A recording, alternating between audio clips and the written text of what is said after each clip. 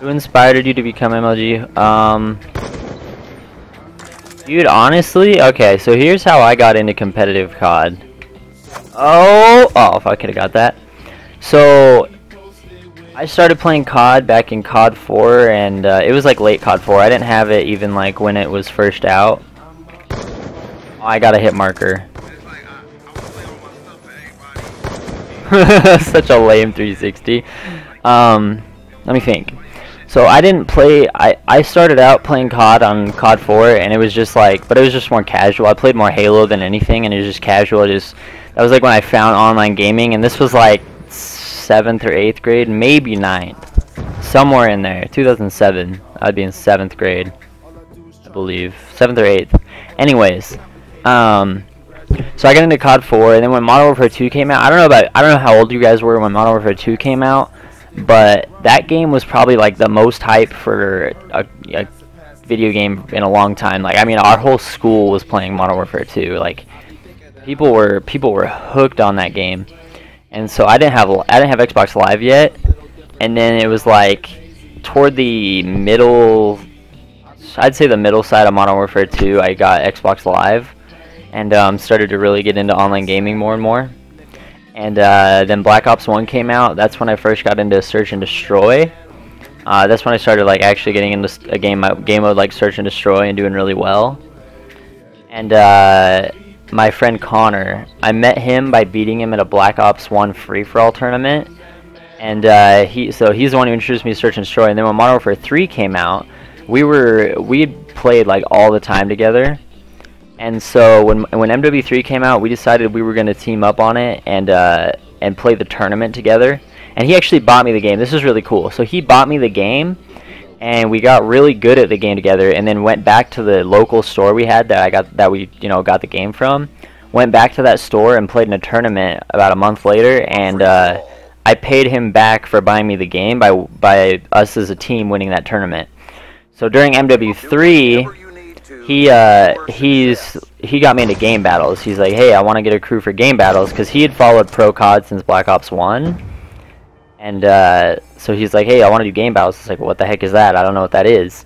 And he's like, it's a competitive Call of Duty. It's different rule set. It's more fair and competitive. So I was like, that sounds awesome, dude, because if you guys have played any Modern Warfare, you know that like score streaks are awful to deal with in that game.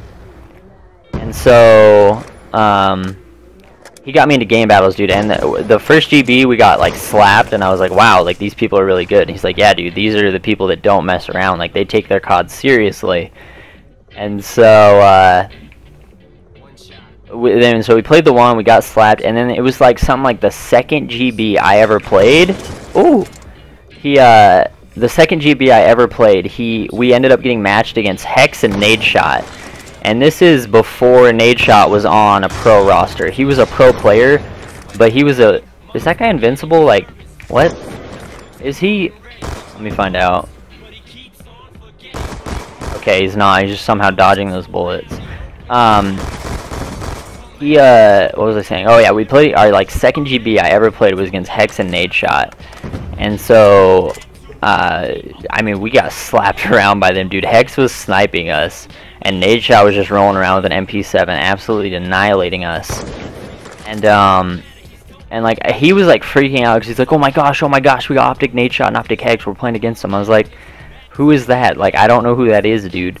I just knew Optic Optic Predator, because people had showed me the sniping montages back in Black Ops, or back in the good old MW2 sniping montage days. And so, oh my gosh. So after we lost to them, I was kind of intrigued. I'm like, these guys are really good. So I started looking up Optic Nadeshot, started looking up the pro players, and Nadeshot was actually the first competitive player I ever followed, which is interesting because like now it's like liking Nadeshot is such a bandwagon thing, like you can't even deny. So yeah, Nadeshot actually was the first competitive Call of Duty player I ever followed. I knew nothing about MLG, knew nothing about the pro community.